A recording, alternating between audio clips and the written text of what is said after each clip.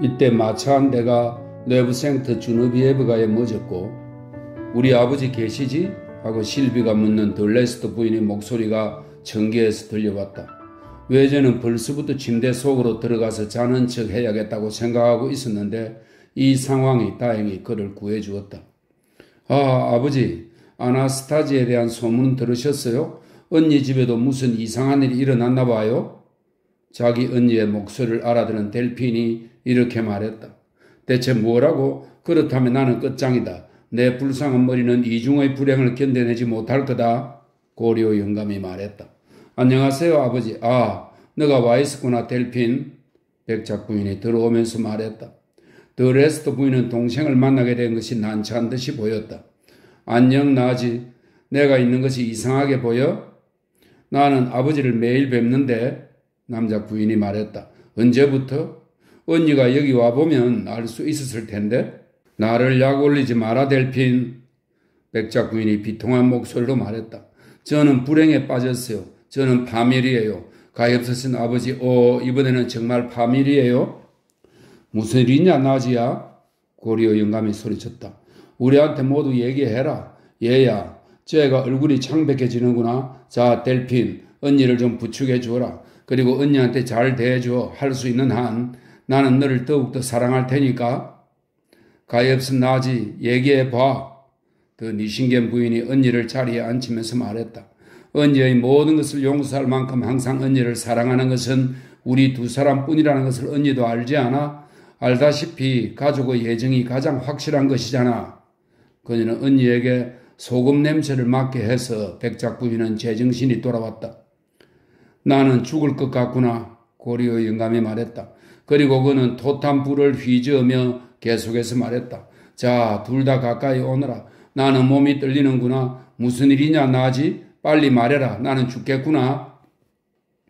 글쎄, 남편이 다 알고 있어요, 아버지. 얼마 전의 일을 생각해 보세요. 막심의 엄을 기억하고 계시죠? 그런데 그것이 처음이 아니었어요. 저는 벌써 여러 번 엄을 갚아주었어요. 정월 초순에 더 트라이오 씨는 아주 우울해 보였어요.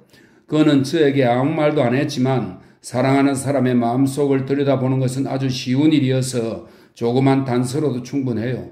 그리고 또 예감이라는 것이 있죠. 어쨌든 그는 전보다도 더 정답고 사랑스럽게 대해주었어요. 저는 더없이 행복했어요. 가엾은 막심. 그는 마음속으로 저에게 작별을 구하고 있었던 거죠.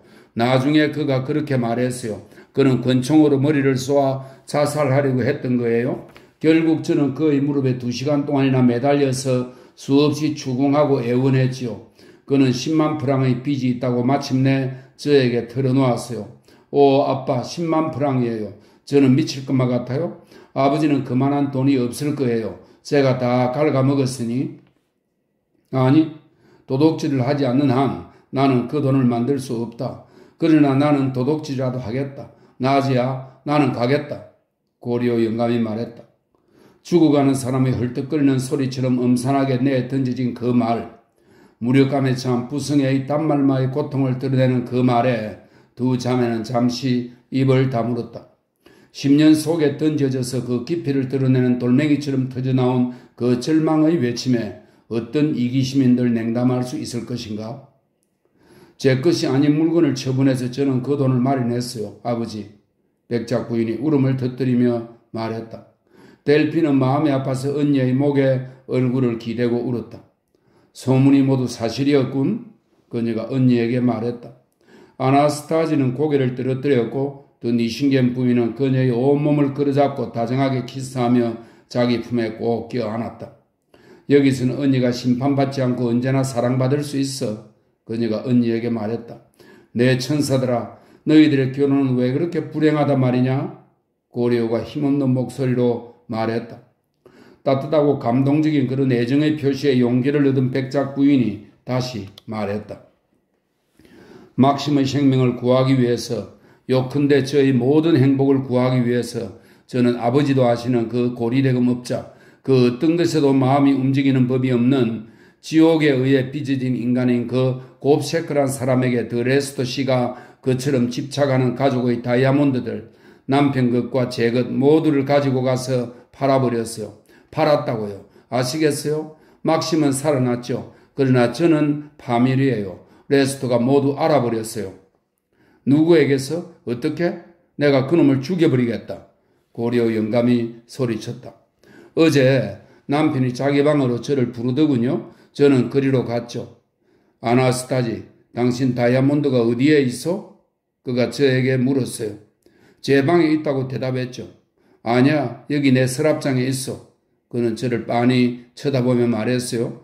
그러고서 자기 손수건으로 싸놓은 보석 상자를 저에게 보여주더군요. 이것이 어디에서 나왔는지 당신은 알고 있겠지? 하고 그는 저에게 말했어요. 저는 그의 무릎 아래로 몸을 던졌어요. 저는 울면서 제가 어떤 방식으로 죽기를 바라느냐고 그에게 물었어요. 너가 그런 말을 했다고? 고려 영감이 부르짖었다. 피려먹을 누구든 너희들에게 해를 끼치는 자는 내가 살아있는 한 내가 불에 찢어 죽이고 말겠다. 그렇고 말고 내가 그놈을 갈기갈기 찢어 죽일 거야. 마치 고려 영감은 말을 멈췄다. 말이 그의 목구멍 속에서 잦아들었기 때문이다. 글쎄 델핀, 그 사람은 나에게 죽는 것보다 더 힘든 일을 요구하더라. 내가 들은 이 얘기를 어떤 여자든지 제발 듣지 않게 되기를 빈다. 내가 그 작자를 죽여버리겠다.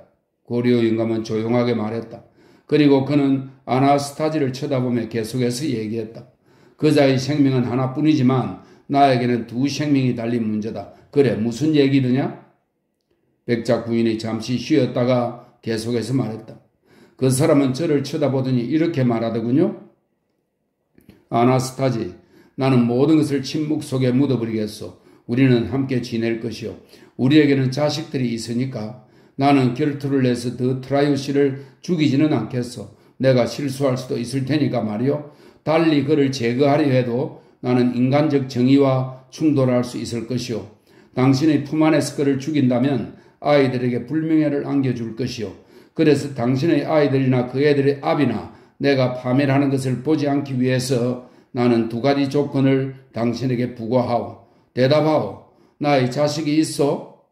저는 그렇다고 말했죠. 어느 아이요? 하고 그가 묻더군요. 장남인 에르네스트라고 저는 대답했어요. 좋소. 이제는 앞으로 단 한 가지 점에 있어서 나에게 복종하겠다고 맹세하시오.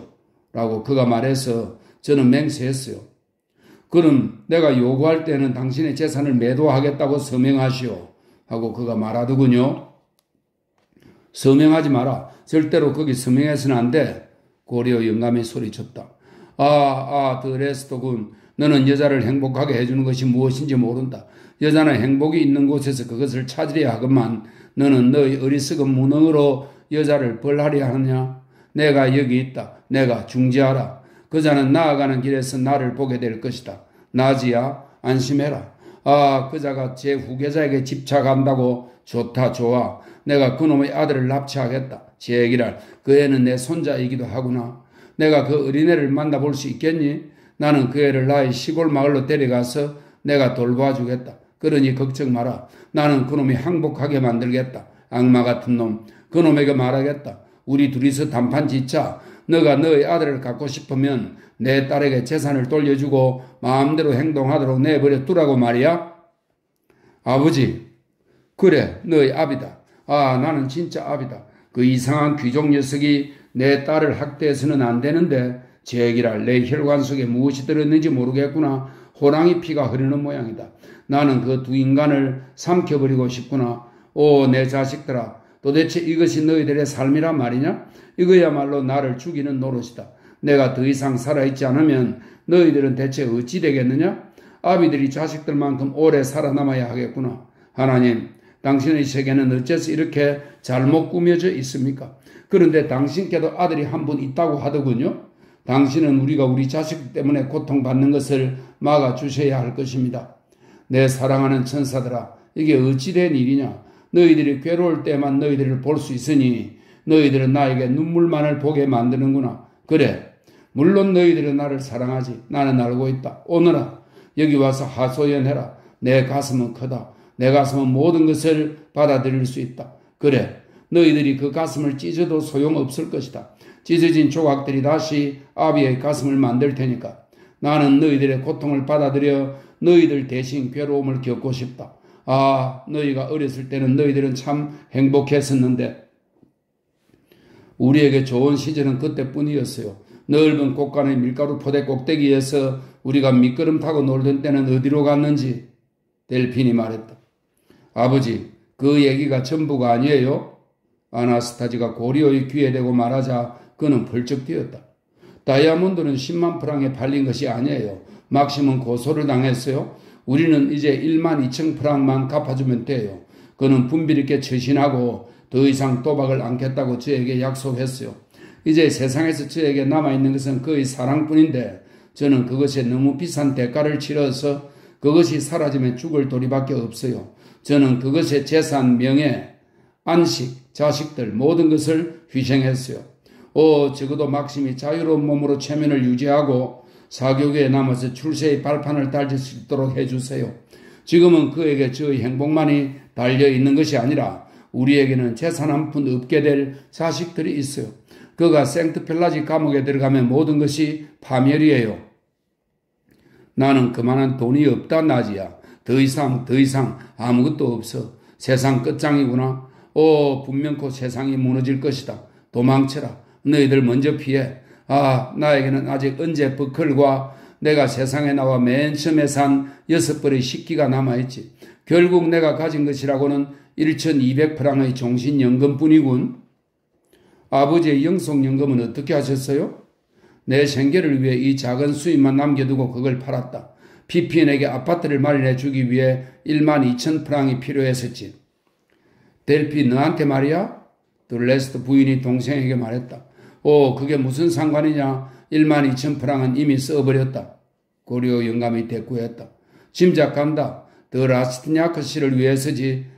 불쌍한 델핀, 그만두어라. 내 꼴을 보려무나? 백작 부인이 말했다.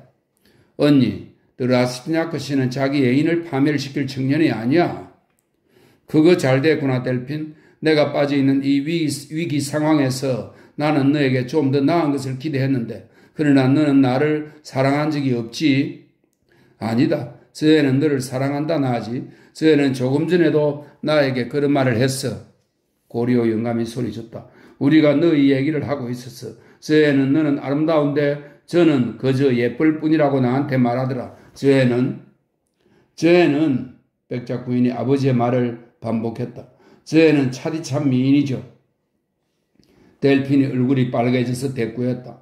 그건 그렇다 치고 언니는 나한테 어떻게 대했지? 언니는 내가 동생인 것을 부인했고 내가 가고 싶어하는 모든 집의 문을 나에게 닫아 걸게 만들었어. 요컨대 언니는 나를 괴롭힐 기회라면 하나도 놓치지 않았던 거야. 그리고 내가 언니처럼 가엾으신 아버지를 찾아다니며 1,000프랑씩 아버지 재산을 우려내어 오늘날 아버지의 처지를 이렇게 만들었느냐고? 내 언니가 해놓은 일이 바로 이런 거야. 나는 할 수 있는 한 내 아버지를 만나 배웠고 아버지를 문 밖으로 내쫓지는 않았어. 그리고 필요할 때만 찾아와서 아버지의 손을 핥지도 않았고 나는 아버지가 그 1만 2천 프랑을 나를 위해 쓰신 것도 모르고 있었다고. 언니도 알겠지만 나는 깨끗하단 말이야. 나는. 그런데다가 아빠가 나한테 선물을 해주셨을 때도 내가 청한 적은 한 번도 없었어. 너는 나보다 처지가 좋았지. 더 마르세스는 부자였고 너는 그걸 이용했고 너는 언제나 황금처럼 천박했었다. 잘 있으라. 내게는 동생도 없고 또 닥쳐라 나지야. 고리오 영감이 소리쳤다. 세상 사람들이 더 이상 믿지 않는 소리를 되낼 수 있는 자매란 언니 같은 사람밖에 없을 거야. 정말 악질이군. 델핀이 말했다. 얘들아 입 좀 다물어라. 안 그러면 내가 너희들 앞에서 죽겠다. 자, 아나스타지, 내가 용서하지. 언니는 불행하니까. 더 니신겐 부인이 계속해서 얘기했다. 내가 언니보다는 처지가 낫겠지. 그런데 내가 언니를 돕기 위해 무슨 짓이라도 할 수 있으리라고 느낄 때, 심지어는 나 자신을 위해서든 누구를 위해서든 하지 못할 일인데도 불구하고 내 남편의 침실이라도 들어갈 수 있으리라고 느낄 때에 나한테 그런 말을 하다니. 이건 바로 9년 전부터 언니가 나에게 온갖 해를 끼쳤던 것과 어울리는 행위야. 얘들아 서로 포옹해라. 너희들은 두 천사야. 아버지가 말했다. 싫어요. 내버려 두세요. 백작 부인은 고리오 영감이 팔을 잡고 포옹하려는 것을 뿌리치면서 소리쳤다. 저 애는 내 남편보다도 더 몰인정하군요. 사람들은 저 애가 모든 특성의 화신이라고 수군거리지 않을까? 나라면 그 트라이우스에게 20만 프랑 이상을 바쳤다고 고백하는 편보다는 더 마르세스에게 돈을 빚졌다고 소문나는 편이 차라리 더 낫겠어. 더 니신겐 부인이 이렇게 대꾸했다.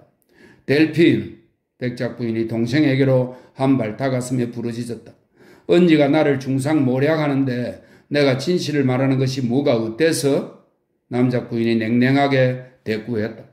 델핀, 너는 고리오 영감이 내달려서 백작 부인을 붙잡고 손으로 그녀의 입을 막아 말을 못하게 했다. 아이고 아버지, 오늘 아침에 손으로 뭘 만지셨어요?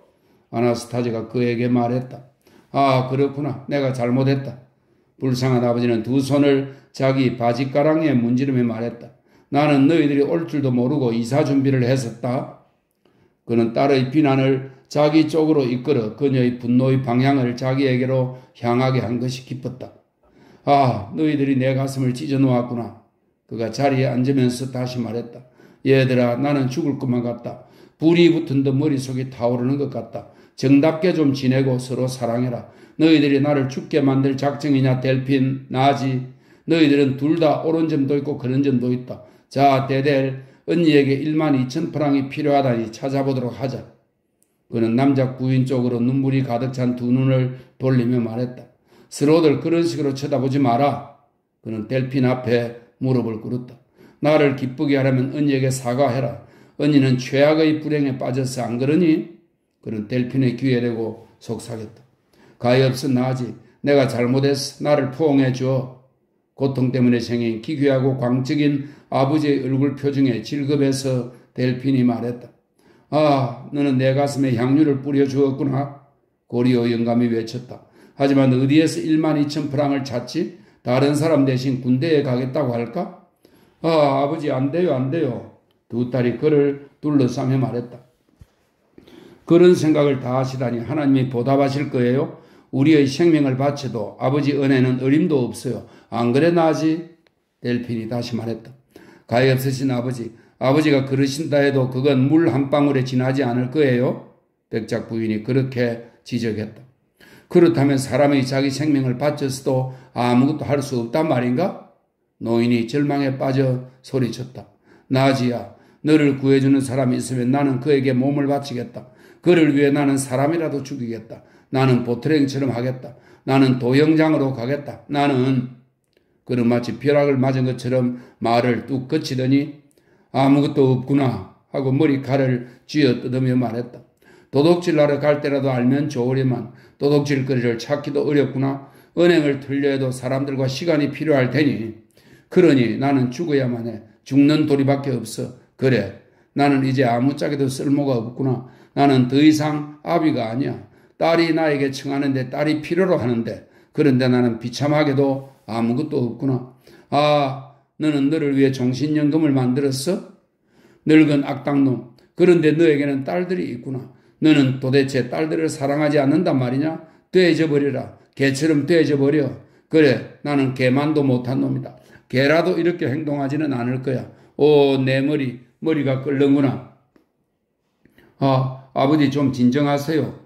두 젊은 여인은 노인이 벽에 머리를 찢는 것을 막기 위해 그를 둘러싸고서 외쳤다. 노인은 흐느끼고 있었다. 불안에 빠진 외제는 보트랭에게 서명해 주었던 어음을 집어들었다. 그 어음에는 좀 더 많은 액수가 적힌 인지가 붙어 있었다. 그는 숫자를 고쳐서 고려를 수치인으로 하는 12,000프랑짜리 어음을 만들어서 들고 내려갔다. 여기 당신의 돈이 있습니다, 부인. 그는 서류를 내놓으며 말했다. 저는 잠을 자고 있었는데 대화를 나누시는 소리에 잠이 깨서 제가 고리오 씨께 빚을 지고 있다는 사실을 깨달았습니다. 이 정서를 부인께서 교환하실 수 있을 것입니다. 저는 틀림없이 어음의 지불 이행을 하겠습니다. 백작 부인은 꼼짝 않고 어음을 손에 쥐고 있었다. 그녀는 얼굴이 파랗게 질려서 분노의 격정으로 몸을 부들부들 떨면서 말했다.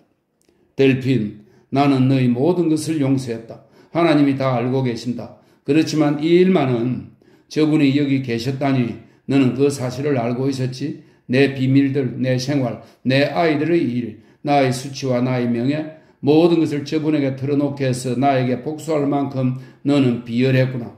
자, 이제 너는 나와는 아무 상관없다. 나는 너를 정오한다. 나는 너에게 할 수 있는 한 해를 끼치겠다. 나는 그녀는 분노 때문에 말을 잇지 못했고 목구멍이 말라붙었다. 그렇지만 저 사람은 내 아들이고 우리의 자식이고 너의 형제이며 너의 구원자다. 고리오 영감이 소리쳤다. 그러니 저 사람을 포옹해라, 나지야. 자, 나는 그를 포옹하겠다. 그는 격정적으로 외전을 끌어안으며 계속해서 말했다. 오, 내 아들, 나는 너에게 아버지 이상이 될 것이다. 나는 한 가족이 되고 싶다. 나는 하나님이 되어 너의 발 아래에 세계를 던져주고 싶구나. 나지야, 어서 그에게 키스해라. 이 사람은 인간이 아니라 천사다. 진정한 천사야. 내버려 두세요, 아버지. 언니는 지금 미쳤어요. 델핀이 말했다. 미쳤다고? 미쳐? 그럼 너는 어떠냐? 들레스도 부인이 대꾸했다. 얘들아, 너희들이 계속 이러면 나는 죽는다. 노인은 총에 맞은 듯이 침대 위에 쓰러지며 소리쳤다. 쟤들이 나를 죽이는구나 하고 그는 중얼거렸다. 백작 부인은 이 격렬한 장면에 의리 빠져 꼼짝 않고 있는 외제인을 쳐다보았다. 이보세요. 그녀는 몸짓과 목소리와 시선을 다 동원해 그에게 질문을 던지며 말했다. 그녀는 델핀이 황급히 조끼를 벗겨준 자기 아버지에게는 주의를 기울이지 않았다. 부인, 저는 돈을 지불할 것이고 침묵을 지키겠습니다. 그가 백작 부인의 질문을 기다리지 않고 대답했다. 너가 우리 아버지를 죽였어, 나지. 델핀이 자기 언니에게 기절한 노인을 가리키며 말했다. 레스터 부인은 나가버렸다. 나는 그 애를 용서한다. 노인이 눈을 뜨며 말했다. 그 애의 처지가 하도 끔찍해서 머리가 돌 수밖에 없을 거야. 나지를 위로해 주라. 언니에게 잘 대해주어 죽어가는 불쌍한 아비에게 약속해라. 그는 델핀의 손을 꼭 쥐고서 부탁했다. 아버지 왜 그러세요? 그녀가 급에 질려서 물었다. 아무것도 아니야, 아무것도. 괜찮아질 거야. 무언가가 이마를 꽉 쥐어는 것 같구나. 두통이겠지? 불쌍한 나지. 앞날이 어찌 될지. 아버지가 말했다. 이때 백작 부인이 다시 들어와서 아버지의 무릎 아래 몸을 던졌다. 용서하세요. 그녀가 외쳤다. 아, 너는 지금 나를 더 괴롭게 만드는구나. 고리오 영감이 말했다. 이보세요. 괴로움 때문에 제가 무리하게 굴었어요. 백작 부인은 눈물에 젖어 라스냐크에게 말했다. 저에게 형제처럼 대해주시겠어요? 부인은 그에게 손을 내밀며 말했다. 나지, 사랑하는 나지, 우리나라 있도록 해. 델핀이 그녀를 끼어안으며 말했다. 아니, 나는 기억할 거다. 나는 말이야. 그녀가 대꾸했다. 천사들아, 고리오 영감이 외쳤다. 내 눈을 가리고 있던 장막을 너희들이 걷어주는구나. 너희들 목소리를 들으니 다시 힘이 난다. 너희들 다시 한번 포옹해라. 그런데 나지야, 그 엄이 너를 구할 수 있겠니? 그러기를 바라요. 그런데 아빠, 엄의 서명을 해주시겠어요? 이런 바보같이 내가 그것을 잊어버리다니. 내가 아파서 그랬나 보다. 나지야, 원망하지 마라. 너가 괴로움에서 벗어나거든 알려다오. 아니, 내가 가겠다. 아니지, 나는 가지 않을 거야. 너희 남편을 더는 보기 싫으니까 나는 그놈을 죽여버리고 말 거야. 너희 재산을 변조 아래 들면 내가 가겠다. 빨리 가보거라 얘야. 그리고 막심이 분별을 차리도록 해라. 외제는 의안이 벙벙했다. 저 가엾은 아나스타지는 늘 성질이 격했어요. 하지만 마음은 착해요. 더 니신겐 부인이 말했다. 언니는 엄의 배스 때문에 다시 왔군요. 외제는 델핀의 귀에 대고 말했다. 왜 그렇게 생각하세요? 그렇게 생각하고 싶지는 않지만 언니를 믿지는 마세요. 다 표현할 수 없는 생각을 하나님에게 말하려는 듯 그는 눈길을 하늘로 쳐들고 대답했다. 그래요. 언니는 항상 좀 연극적인 데가 있었어요. 그리고 불쌍한 아버지는 언니의 아양에 넘어가시고. 좀 어떠세요, 고리오 영감님? 라스냐크가 노인에게 물었다. 잠을 자고 싶구려. 그가 대답했다. 외제는 고리오를 도와 자리에 눕혔다. 그리고 노인이 델핀의 손을 잡고 잠이 들자 그녀는 아버지의 곁에서 물러섰다. 오늘 저녁 이탈리아 극장에서 만나요. 그리고 아버지가 어떠신지 얘기해 주세요. 그녀가 외제에게 말했다. 내일은 이사하셔야죠. 당신 방을 좀 봐요. 아이고 끔찍해라. 당신은 우리 아버지보다도 더 형편없이 사셨군요. 외젠의 방으로 들어서며 그녀가 말했다. 외젠, 당신은 참 훌륭하게 행동했어요. 가능하다면 저는 당신을 더 사랑하고 싶어요. 그렇지만 이 봐요. 재산을 모으고 싶으면 12,000프랑이나 되는 돈을 그렇게 창문 밖으로 내던져서는 안 돼요. 더 트라이오 백작은 도박꾼이에요. 언니는 그렇게 생각하고 싶어 하지 않지만 말이에요. 그 사람은 돈을 산더미처럼 잃을 수도 딸 수도 있는 그런 곳에 가서 자기의 12,000프랑을 구하려고 할 수도 있었을 텐데요. 신음소리가 들려 그들은 고리오의 방으로 되돌아갔다. 겉으로 보기에 노인은 잠들어 있는 것 같았다. 그러나 두 연인이 다가가자 그 애들이 행복하지 못하구나 하는 말이 노인의 입에서 새어나왔다. 그가 잠들어 있건 깨어있던 간에 그 말의 어조가 너무도 강렬하게 딸의 가슴을 두드리는 것이어서 딸은 아버지가 누워있는 초라한 침대로 다가가 그의 이마에 키스를 했다. 노인은 눈을 뜨고 말했다. 델핀이구나. 그런데 좀 어떠세요? 델핀이 물었다. 괜찮다. 걱정하지 마라. 곧 일어날 거야. 가봐라. 가봐. 내 자식들아 부디 행복해라. 노인이 말했다. 외제는 델핀을 그녀의 집에까지 바래다 주었다. 그러나 두고온 고리오 영감의 상태가 걱정되어 그녀와 함께 저녁 식사하는 것을 거절하고 보케르관으로 되돌아왔다. 그는 고리오 영감이 일어나서 식탁에 앉으려 하는 모습을 보았다. 비앙숑은 이 제면업자의 얼굴을 잘 살펴볼 수 있는 자리에 앉았다. 노인이 늘 하던 식으로 빵을 집어들고 그 빵을 만든 밀가루의 질을 알아버리고 냄새 맡는 모습을 보고서 의과대학생은 그의 동작에 행동의식이라고 할 만한 것이 전혀 없다는 사실을 관찰하고는 불길한 느낌이 드는 듯 고개를 저었다. 고생병원 인턴 선생, 내 곁으로 좀 오게. 외젠이 말했다. 비앙숑은 그 늙은 하숙인에게 더 가까이 다가갈 수 있는 자리였으므로 기꺼이 외젠 옆으로 자리를 옮겼다. 노인의 상태가 어때? 라스티나크가 물었다. 내가 잘못 본 것이 아니라면 틀렸어. 저 노인에게 뭔가 이상한 증세가 진행되고 있는 것이 틀림없어. 심각한 뇌졸중의 위험이 임박한 것 같다. 얼굴 아래쪽은 정상으로 보이지만 얼굴 윗부분은 자꾸 이마 쪽을 향해 경련이 일고 있어. 저걸 보게. 그리고 그의 눈은 혈청이 두뇌에 침투한 것을 나타내는 특수한 증상을 보이고 있네. 가는 먼지가 눈에 가득 찬 것처럼 보이지 않나? 내일 아침에는 더 많은 증상을 알게 될 거야. 무슨 치료 방법이 없을까? 없어. 만일 팔다리, 특히 다리 쪽의 반응을 알아내는 방법이 있다면 죽음을 좀 지연시킬 수는 있을 거야. 그러나 내일 저녁에도 징후가 멈추지 않으면 저 불쌍한 노인은 끝장이네. 어떤 사건 때문에 병이 발발했는지 자네 알고 있나? 저 노인은 아마 강한 충격을 받아 기력이 무너졌을 거야. 맞아. 라스티나크는 두 딸이 아버지의 마음에 끊임없이 타격을 가했던 것을 상기하며 말했다. 적어도 델핀은 자기 아버지를 사랑하고 있다. 그녀만은. 하고 외제는 생각했다. 저녁에 이탈리아 극장에서 더 니싱겐 부인을 만난 라스티나크는 그녀에게 너무 불안감을 일으키지 않으려고 조심을 했다.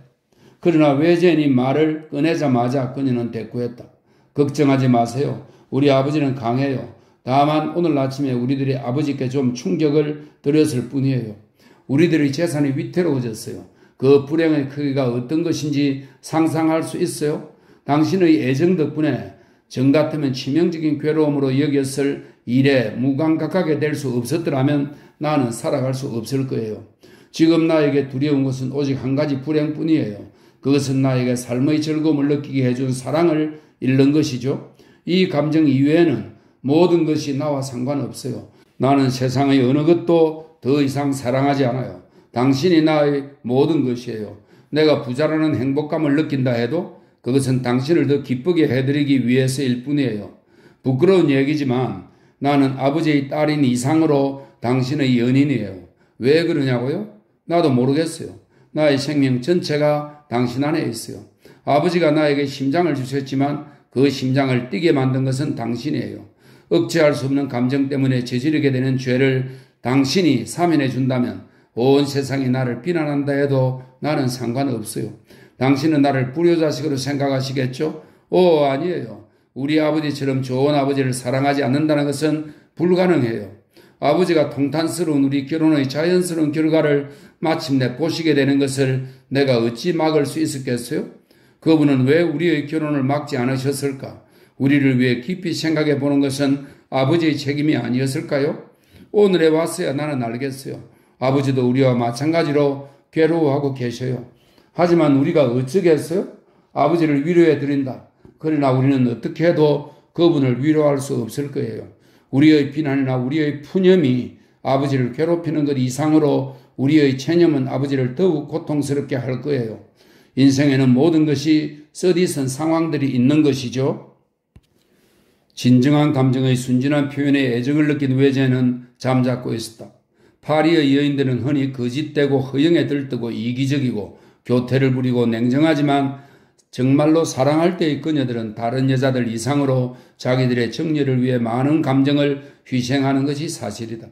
그녀들은 모든 왜소함으로부터 벗어나 위대해지고 숭고해지는 것이다.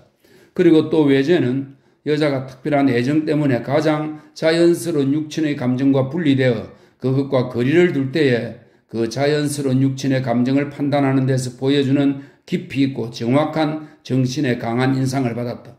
더 니신겐 부인은 외제니 침묵을 지키고 있는 것에 기분이 상했다. 도대체 무슨 생각에 빠져 계세요?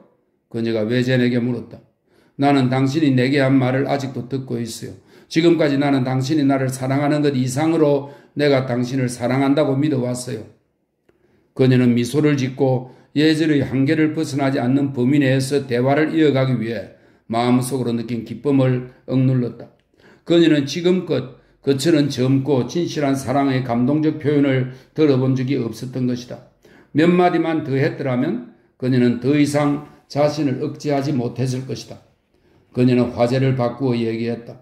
외젠, 그러니까 당신은 무슨 일이 일어나고 있는지 모르시는군요. 내일 파리의 모든 사교계 인사들이 더 보시앙 부인댁으로 모일 거예요. 로시피드가 사람들과 다주다 후작은 발표를 하지 않기로 합의했어요. 그러나 내일은 왕이 결혼 계약에 서명하는데 당신의 가엾은 사촌 누님은 아직 아무것도 모르고 있어요. 부인은 손님들을 받아들이지 않을 수 없을 거예요. 그리고 후작은 그녀의 무도회에 나타나지 않을 거고요. 사람들은 그 사건 얘기만 하고 있어요. 그런데 세상 사람들은 치욕스러운 일을 비웃으며 그 일에 가담하는 셈이군요. 그 일 때문에 더 보시앙 부인이 죽게 될는지 알지 못하세요? 천만에요. 델핀이 미소를 띠며 말했다.